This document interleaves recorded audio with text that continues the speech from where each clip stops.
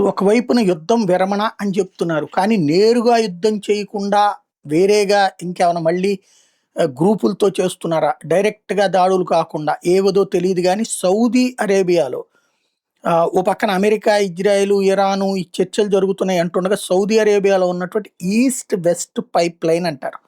Petro line అని కూడా పిలుస్తారు. ఇది క్రూడ్ ఆయిల్‌ని ఈస్టర్న్ ప్రావిన్స్ ప్రాంతం నుంచి యాన్బూ దగ్గరికి తీసుకెళ్తుంది ఎర్ర సముద్రంలో. అక్కడ నుంచి షిప్పుల్లో ఎక్కిచ్చి పంపిస్తుంటుంది సౌదీ అరేబియా. ఈ యుద్ధ సందర్భంలో కూడా అది వ్యాపారం చేయగలిగింది ఆ రూట్‌లోనే.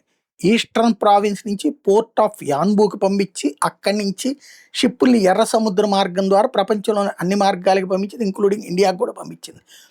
ఆ రూట్ మీదన దాడి జరిగింది.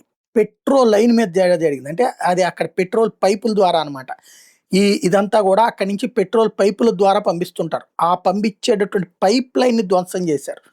పేలిపోయిందది. అది గుర్తు తెలియని వ్యక్తులు అన్నటువంటి చెప్తున్నారు. ఇరానే చేయించింది అన్నటువంటిది స్పష్టమవుతోంది.